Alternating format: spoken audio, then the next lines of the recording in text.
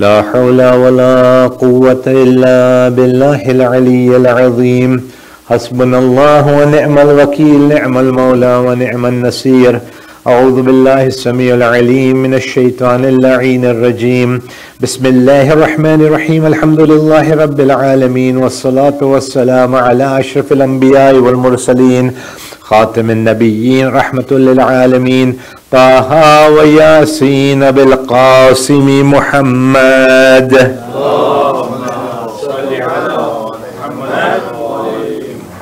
وعلى آله الطيبين الطاهرين المعصومين المظلومين المنتجبين ورحمة الله على محبيهم ولعنة الله على أعدائهم وقاتليهم وغاصب حقوق حقهم ومنكر فضائلهم مجمعين من يومنا هذا إلى يوم الدين أما بعد فقد قال الله سبحانه وتبارك في كتابه الحكيم وفرقانه المجيد وقوله الحق بسم الله الرحمن الرحيم إن الدين عند الله الإسلام صلى الله عليه محمد وعلى محمد.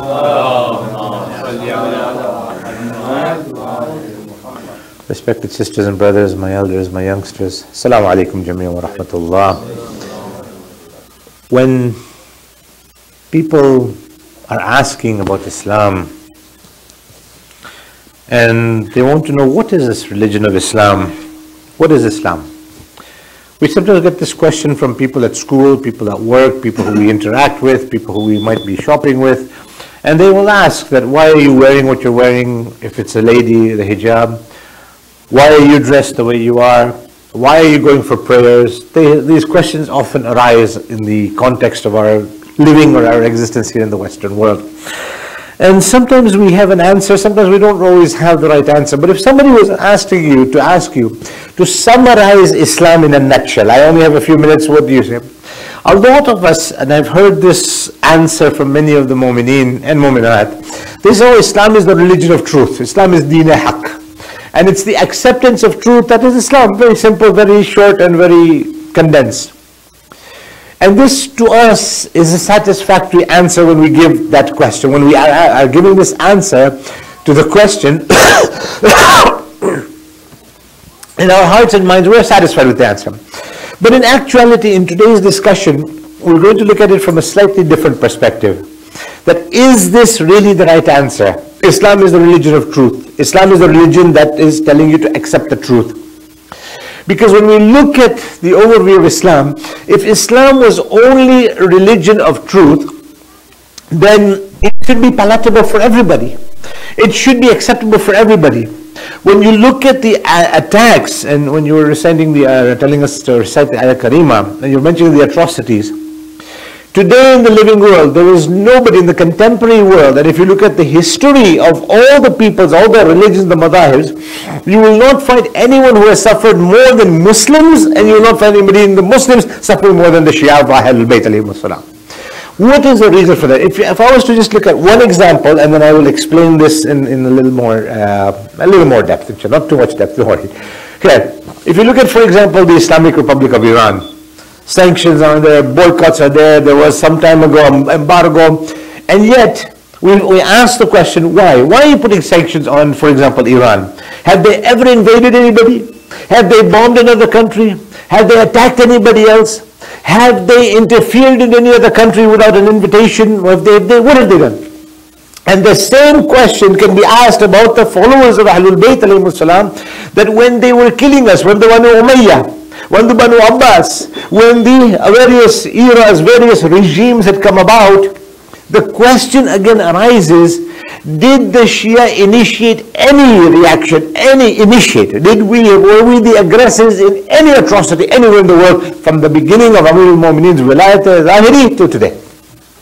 This is a challenge.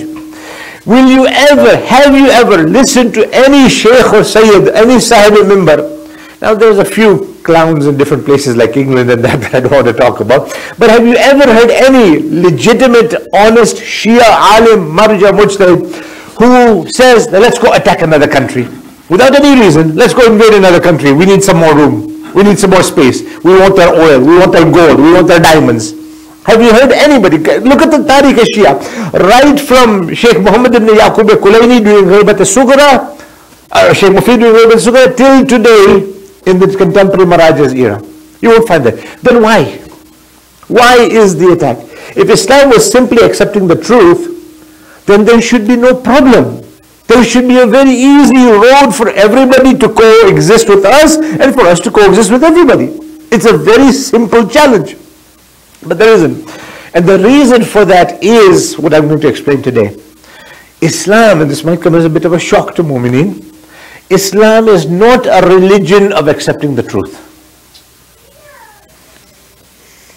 Now, if you go and leave the majlis now, your iman and my answerability to Allah are both going to be in serious trouble. Why? Because let's go home, phone our family and friends. Brother Shafiq said that Islam is not truth, Islam is not the religion. There is something before that in Islam. There's something before acceptance of truth. Truth is not the be all and end all. There is something that is really important for us to comprehend, and when you look at the life of Hazrat Ibrahim and Hazrat Rasul Akram sallallahu alaihi wasallam, you will see the difference.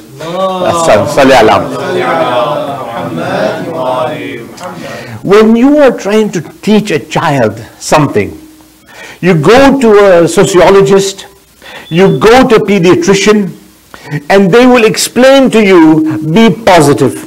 You go to family and child services, they'll tell you be positive with the child, encourage them, be positive, be positive. And so, even then this whole ideology applies to those who are on the minbar as well. They say, Sheikh, don't talk about Jahannam, let's talk about Jannah. Let's talk about all the pleasures in Jannah. Let's talk about all the gardens and the foods and other things in Jannah. And let's leave Jahannam aside.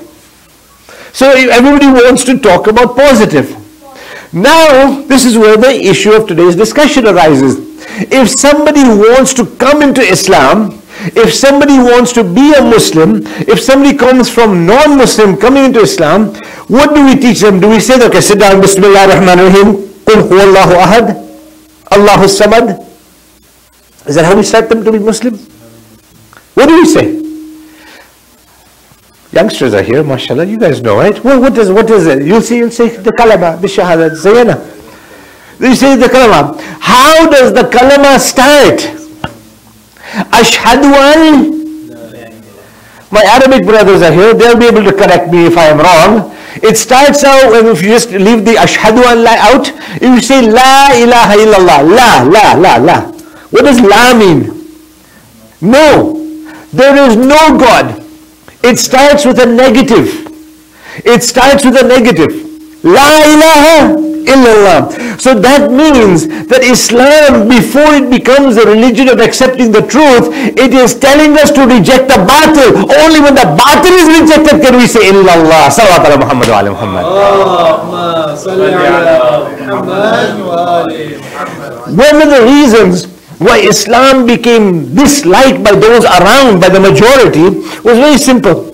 When Rasulullah announced, Qulu la ilaha illallah tuflihu, say la ilaha illallah, the Abus and the Lahabs and the Sufyans and the Jahils, they initially did not have a problem. There was no issue. You know why? They said, okay, you're talking about Allah. You're talking about Allah. We have no problem with that. We have 360 anyways in the Kaaba. We'll put one more, they make it 361. We'll make it 361. We have no problem with that. But the problem came about when Rasulullah told them, Bismillah ar-Rahman ar-Rahim, Kul ya ayyuhal kafirun la abudu ma ta'budun.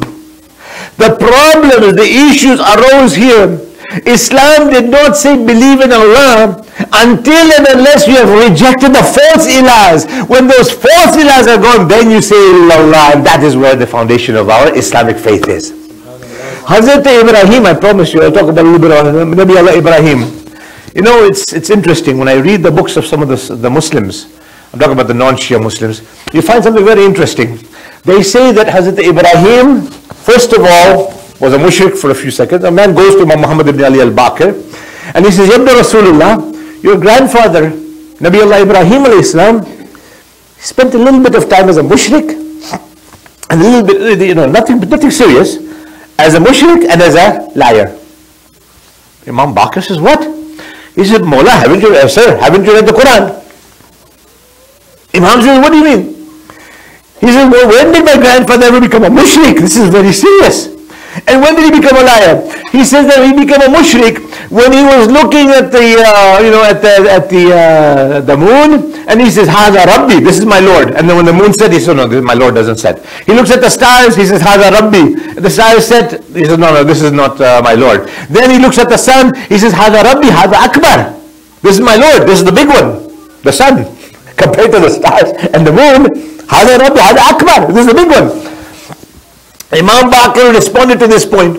He said, do you not understand that Allah is the revealer? Allah is the one who set down the Quran. When Ibrahim looked at the stars, now this is where the difference between shirk and iman comes in. This is where ghalat and sahih comes in. Hazrat Ibrahim looked at the stars. You are interpreting it as Hada Rabbi. The Quran is saying Hada Rabbi. The punctuation makes a difference. Hada Rabbi, Hada Rabbi. You see the difference? Iman is on this side, kufr is on the other side. Because you read it the one and the same. But when you put the enunciation, then it makes a complete difference. When he looks at the moon, he says, Hada Rabbi. No, my Lord does not say. When he sees the sun, Hada Rabbi, Hada Akbar. And so you can see where. So Imam responded to that right away. He says, when did he lie? Na'udhu billah. He lied. Because the Quran says, وَذْكُرْ فِي الْكِتَابِ إِبْرَاهِيمَ إِنَّهُ كَانَ صِدِّيقًا نَبِيًّا. Mention, وَذْكُرْ فِي الْكِتَابِ إِبْرَاهِيمَ إِنَّهُ كَانَ صِدِّيقًا نَبِيًّا. The Quran is saying, we are putting our seal on it. When did he ever lie? He says, remember when he broke the idols? And he put the hammer beside the biggest idol. And when they arrested him, and they says, who broke our idols? It must be you. Hazrat Ibrahim says, ask that idol, he's got the hammer. Ask that way, he's got the hammer, right? Beside him. So the non-Shias, they interpret this as, na'udhu billah, astaghfirullah, as a lie. Hazrat Ibrahim never says, I didn't do it. He never says that idol did it. He said, ask the idol. And then they had to confess that we can't ask the idol cannot talk. That's what Hazrat Ibrahim says, if they cannot defend themselves, how will they defend you? So Hazrat Ibrahim, what I wanted to come to, was on the first opportunity, he broke those idols. In the area where Hazrat Ibrahim alayhi salam was, he broke those idols. Right when the first opportunity he got, he broke those idols. Now, let's fast forward thousands of years later. Rasulullah's time, what happened? I just said in the Kaaba, forget about Makkah. In the Kaaba, the precincts of the Kaaba, adjoining the house, there were how many idols? I just said it. I hope you're paying attention. Thank you. Jazakallah. One for each of the day. And interestingly enough, the historians have written something very beautiful. Everybody also had idols in their homes and in their villages and in their little areas, the congregation places, right? And just some of those idols were made for stone and rock, some of them made from dates. And sometimes, when they were doing their ibadat, their worship, and nobody was looking and they were hungry, the god suddenly became their food. My lunch, okay? Because they used to make the dates and nuts and peanut and whatever. So anyways, Hazrat Ibrahim did first opposite. Fast forward to Rasulullah's time. When did the idols in Makkah, if somebody was to ask us as Muslims, what is the holiest place in the world for Muslims? What would we say? Kaaba. Number 2 is Masjidun Nabawi. Number 3 is Al-Aqsa. Al-Aqsa, right? Jerusalem, Bayt al-Muqaddas. So all 3 of these are holy. The holiest of the holy is Makkah, Mukarramah. And that was the place that Hazrat Ibrahim and Ismail built for the sake of Allah subhanahu wa ta'ala. And that was a place, the area where Hazrat Adam actually came down from the heavens. Very blessed place, very holy place.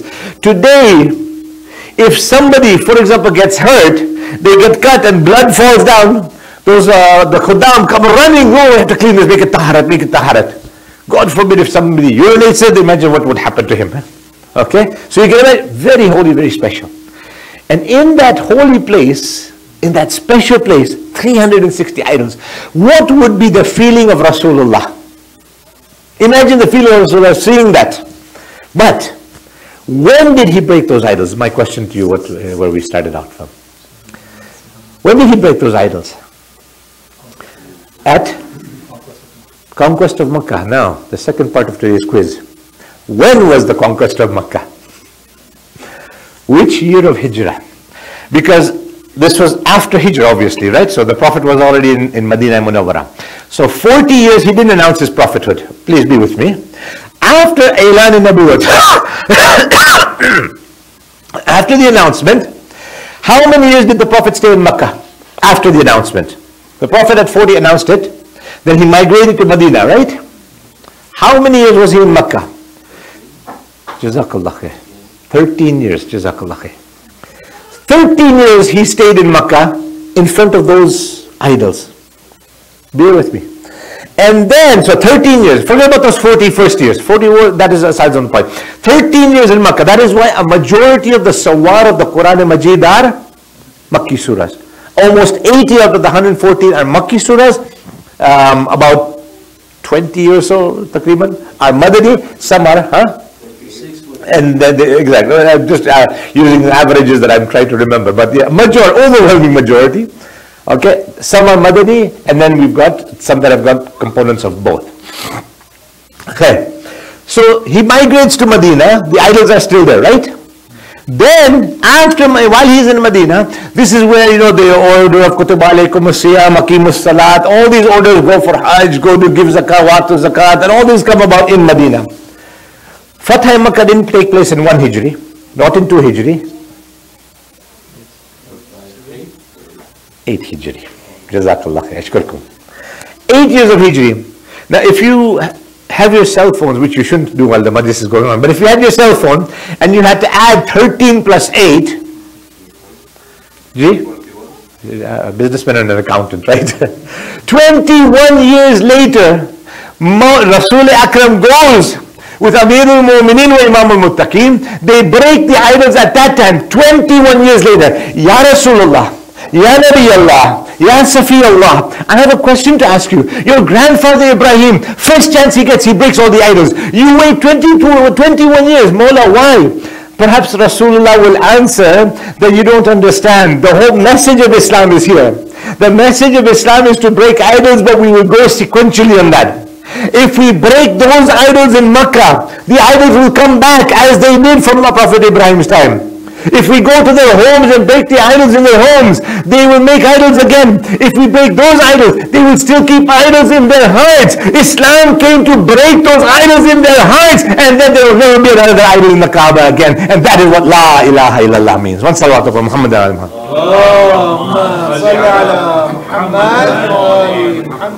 Break that idol inside by saying La ilaha illallah, meaning La ilaha illallah. Then you break those outside idols, you have the success. If somebody is listening to haram music, they're watching haram shows, they're listening to haram, they're doing haram, and you take their DVD, you take their CD and you break it, or you're doing something haram, they break it. What will happen? He'll go buy another one. You break that other one, he'll go buy another one. And now, I don't know if I should, mashallah or astaghfirullah, you've got everything on YouTube anyways. And Janabi Alam, YouTube has got everything now. So even if you break all the DVDs and the CDs and everything and you turn them thing off, they'll still be able to access whatever they want haram. So the point is, you break that haram, that desire to do the haram, and then you will see how the change comes about. And that change is the reason why Islam succeeded. Breaking the idol, La ilah, getting those ilahs out, wherever they are, whatever they are, whether that ilah is my prestige, whether that ilah is my love of the dunya, whether that ilah is my status, whether that ilah is that God that is me feeling superior to somebody else, breaking those ilahs, then you say illallah. And that is the reason why the enemies of Islam have become the enemies of Islam. One salawat upon Muhammad and Muhammad.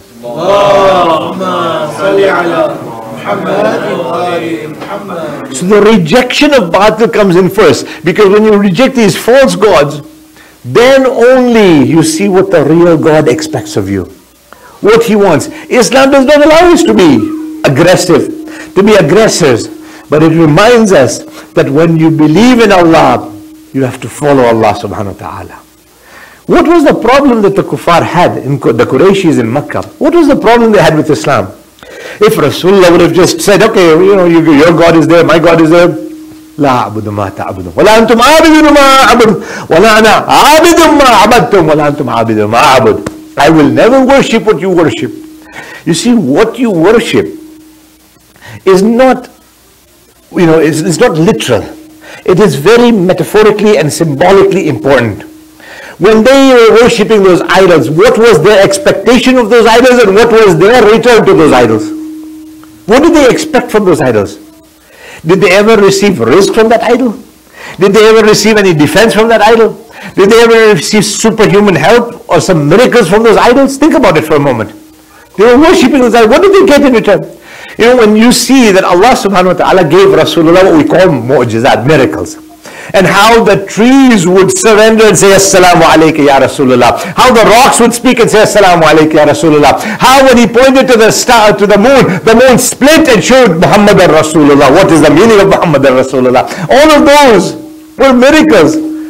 Can any of those, Lat and Hubal and any of them could do it? Could they of them split the moon? Bring back the sun from its place back to where it was? Could they do anything?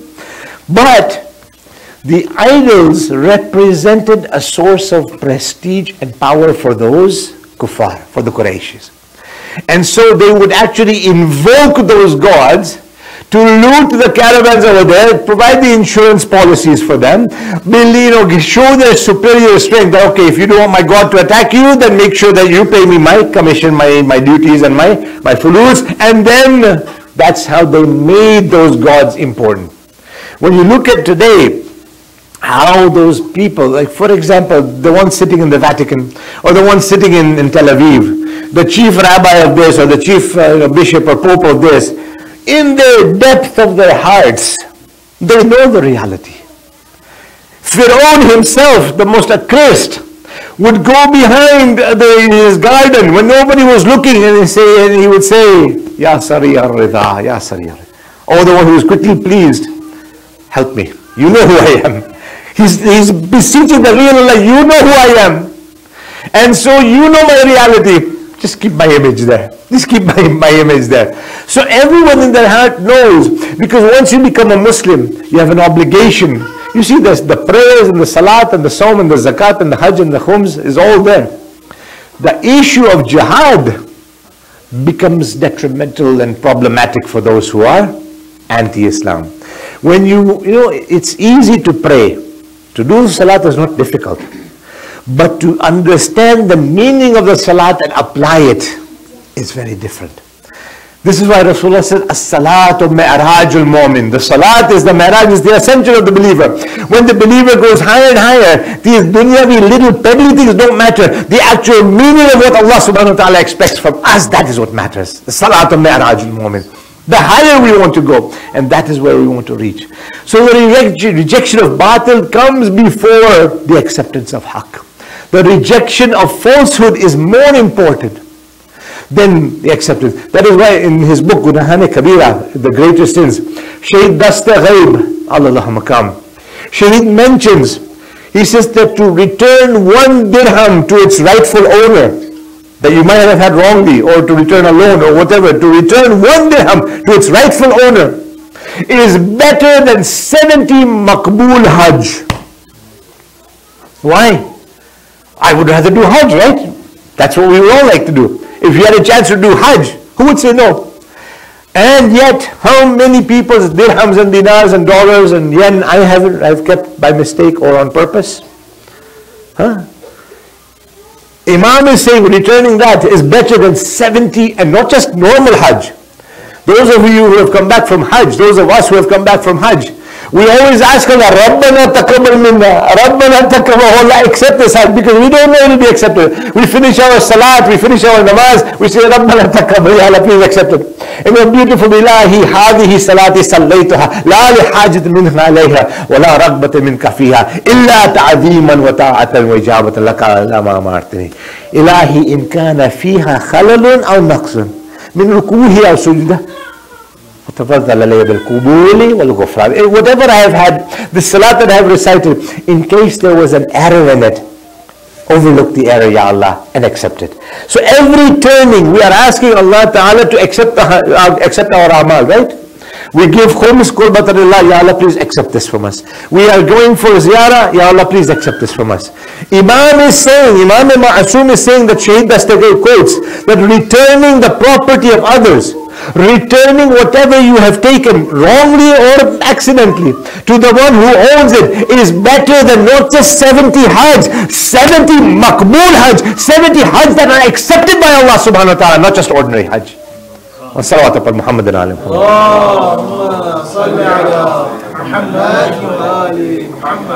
So when Islam came as a religion of rejection of batil, those powers that were batil got angry with Islam. Until today, if you look at the superpowers of the day, they are against Islam. For what reason? Because Islam is the power that is the rejection of batil. Islam knows that these are just paper tigers. Islam knows that these are just balloons with nothing inside. They look big and mighty, but there's nothing inside. And that is what we have seen. And that is one of the reasons why the rejection of batil has become the painful point for the enemies and for these batil powers. Because it has told us to reject the batil and then you accept the haqq. And when it comes to the tawheed itself, we start there. In other words, same thing. We reject the batil, then we accept the haqq. Rejecting the batil. A person goes to Imam, it was either Imam Muhammad al-Baqir, Imam Ja'far al-Sadiq alayhi salatu wasalam, and he says, Allahumma salli. He says, Mawla, I have a question. He says, yes, what's the question? He says that in the ziyarat we say, Allahumma lan banu Umayyah, Allahumma lan ibn, and all of them, Ahl Sufyan, wa Ahl Marwan, wa Ahl Ziyad, and Banu Umayyah. Imam was asked this question. He says, Mullah, there were some good people in Banu Umayyah. And he used the name of Umar ibn Abdul Aziz, one of the better of the Khulafa. He was the one who returned Fadak to Hazrat Fatima Zahra. He was the one who actually put the Shia back on the stipend of the government. He was the one who stopped the cursing of Ali ibn Abi Talib from the mimbars. He did a lot of changes, that's why he was killed, obviously. But the Imam was asked, what about somebody like him? When you say Banu Umayyah, Imam says, yes, he will get a part of the curse as well. He said, but why? He says, the reason is he did not distance himself. He did not curse those who were around him in his family. That's why he is also cursed. Because you see, it's good to do good things, no doubt. But rejecting the batil and cursing the oppressors, that becomes our responsibility as well. That is our responsibility as well. Till today, there are people, even wearing Shia libas, who say, you know, in Ziyarat Ashura and Ziyarat Waritha, we should take this,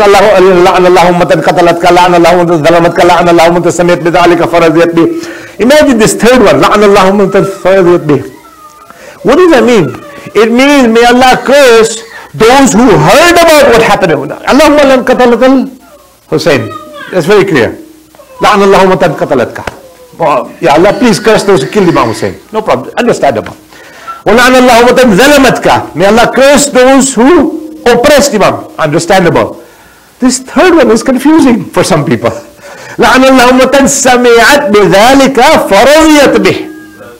Allah curse those who heard about what happened to Imam Hussein and were apathetic to it. They were indifferent to it.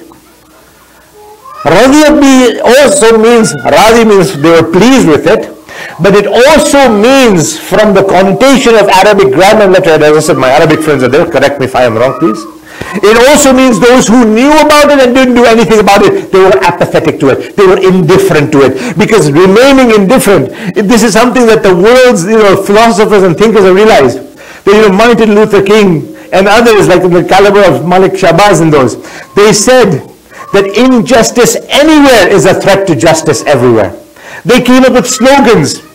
If you're not a part of the solution, you're a part of the problem.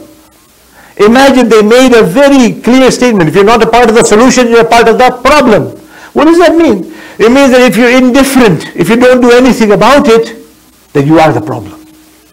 And this is what Islam said 1400 years ago. You're just waking up in 1962. 1962 is when these slogans became very relevant, became prominent, permanent. And Islam said that 1400 years ago, that you have to be a part of the solution. You have to reject the batil. You have to struggle for truth. You have to strive for truth. You have to reject the batil and the haram. And that was one of the things. If you look at Amir al-Mu'mineen, and you look at the life of Imam, those who took his haqq, those who took the khilafat, and Imam spoke about it. He said that they were trying to put on a shirt that didn't fit them. Khutbah shakshikiyah. And he said they were putting on a shirt that didn't fit them. But the Imam could have easily gotten an army together and fought them and taken the Khilafat back. In fact, Abu Sufyan came to him, Ya Ali, let's go, I've got 10,000 youngsters ready to knock Mr. Ibn Abu Qahafa. Imam said, since when do you love Islam? Since when do you love Islam? We're going to take this way. But in his writings, in his statements, and in his actions, he showed a policy of non-cooperation with the batil, and that's why today when we say Ashhadu anna Aliyun Waliyullah, we're not saying it in the absence or in the contradiction of anybody. We're saying that we are rejecting the batil one, accepting the haqq of Amir al-Mu'minin, but rejecting the batil first. Then we say Ashhadu anna Aliyun Waliyullah. Salawat ala Muhammad wa ala Allahumma salli ala Muhammad wa ali Muhammad. We ask Allah subhanahu wa ta'ala to accept our amal, our ibadat tonight. Inshallah, I've taken a little more time than I usually do, but inshallah, may Allah give you sabr for your patience and ajr for your patience, inshallah. I know that you've braved a little bit of cold and icy weather, as I was noticing when I was driving here. May Allah give you ajr, may Allah give you reward, inshallah. May Allah keep us on the path, straight path, the path of Muhammad and Ali Muhammad alayhi wasallam. May Allah protect our children, our youngsters, our youths. Give them taqwa, give them an increase in their iman. May Allah protect all of our iman as we prepare for Dhuhr Imam, inshallah. All our ulama, maraja who are serving while the Imam is in occultation, grant them long and healthy life and safety from the difficulties and the calamities that may be around them. Ya Allah, we ask you, we beg you, bihaqqi hadha laylatul Jum'ah, for the sake of this Thursday night, to hasten our Imam, Mawla, to send us, Mawla, back, inshallah, so we can see Zamana Zuhur, that we can, inshallah, see Adalat and Insaf all over the world as we are completely trampled with what oppression and atrocities are happening. We ask Allah subhanahu wa ta'ala to accept our amal and our ibadat. We ask Allah ta'ala to forgive our marhumin, grant them maghfirat. And Ya Allah, protect us when we are leaving this dunya. Protect us from the sakarat al-maut, the adhab al-qabr, fishar al-qabr, and the adhab on yawm al-qiyamah. Ya Allah, bihaqqi Muhammad wa ali Muhammad, al-Fatiha lil arwah al-mu'minin wal mu'minat, wal ulama wal shuhada, qabla as-salat ala Muhammad wa ali Muhammad.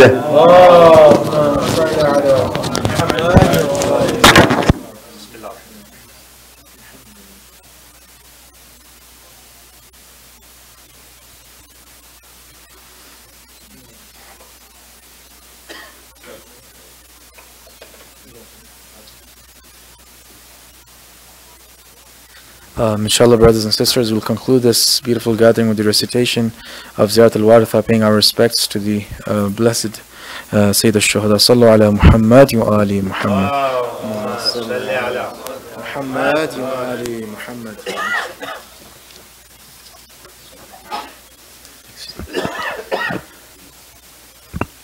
اللهم صل على محمد وآل محمد. بسم الله الرحمن الرحيم. السلام عليك يا وارث آدم صفوة الله. السلام عليك يا وارث نوح النبي الله. السلام عليك يا وارث إبراهيم خليل الله. السلام عليك يا وارث موسى كليم الله. السلام عليك يا وارث عيسى روح الله. السلام عليك يا وارث محمد حبيب الله. السلام عليك يا وارث أمير المؤمنين ولي الله. السلام عليك يا ابن محمد المصطفى. السلام عليك يا ابن علي المرتضى. السلام عليك يا ابن فاطمة الزهراء. السلام عليك يا ابن خديجة الكبرى. السلام عليك يا ثار الله وابن الصارح والوتر الموتور.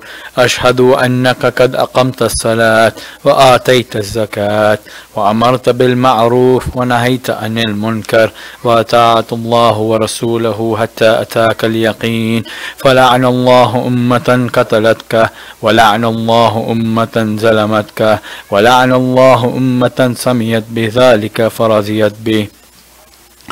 يا مولاي يا أبا عبد الله، أشهد أنك كنت نور في الأسلاب الشامخة والأرحام المطهرة، لم تنجسك الجاهلية بأنجاسها ولم تلبسك من مدلهمات ثيابها، وأشهد أنك من دعائم الدين وأركان المؤمنين، وأشهد أنك الإمام البر التقي الرضي الزقي الهادي المهدي، وأشهد أئمة الأئمة من ولدك كلمة التقوى وعلام الهدى والعروة الوثقى والحجة على أهل الدنيا.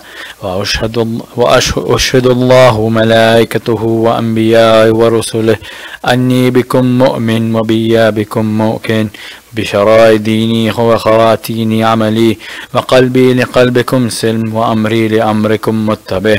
صلوات الله عليكم وعلى أرواحكم وعلى أجسادكم وعلى أجسامكم وعلى شاهدكم وعلى غائبكم وعلى ظاهركم وعلى باطنكم. هجرة الأكبر. السلام عليك يا ابن رسول الله. السلام عليك يا ابن نبي الله. السلام عليك يا ابن أمير المؤمنين. السلام عليك يا ابن الحسين الشهيد. السلام عليك أيها الشهيد وابن الشهيد. السلام عليك أيها المظلوم ابن المظلوم. لعن الله أمة قتلتك ولعن الله أمة ظلمتك ولعن الله أمة سميت بذلك فرضيت به. زيادة الشهداء. السلام عليكم يا أولياء الله وأحباء. السلام عليكم يا أصفياء الله وأوداء. السلام عليكم يا أنصار دين الله. السلام عليكم يا أنصار رسول الله. السلام عليكم يا أنصار أمير المؤمنين.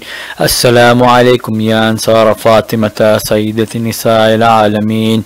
السلام عليكم يا أنصار أبي محمد الحسن بن علي الولي الزقي الناصح.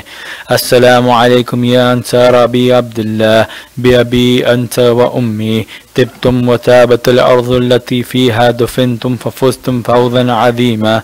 فيا ليتني كنت معكم فأفوز معكم. زيادة بهذا الباس.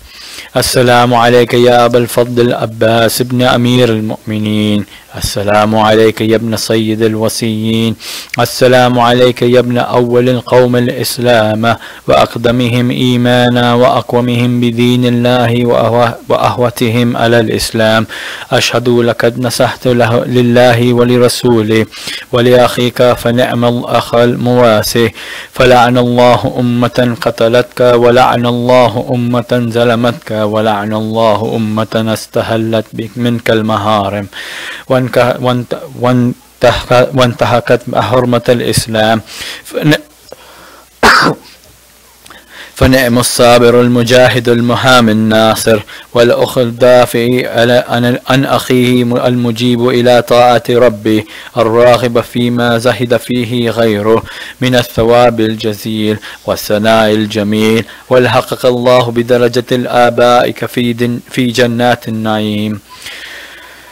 بسم الله الرحمن الرحيم.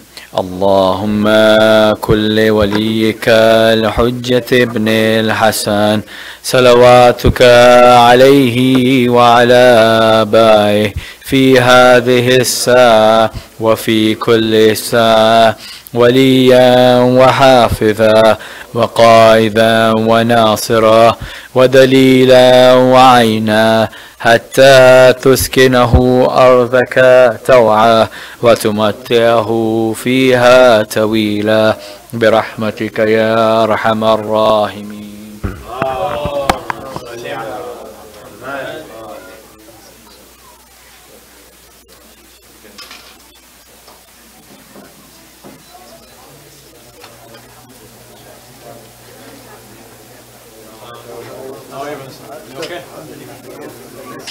We missed it last week, yeah. Give me a hand. How are you? Good. Okay. He's good. How are you?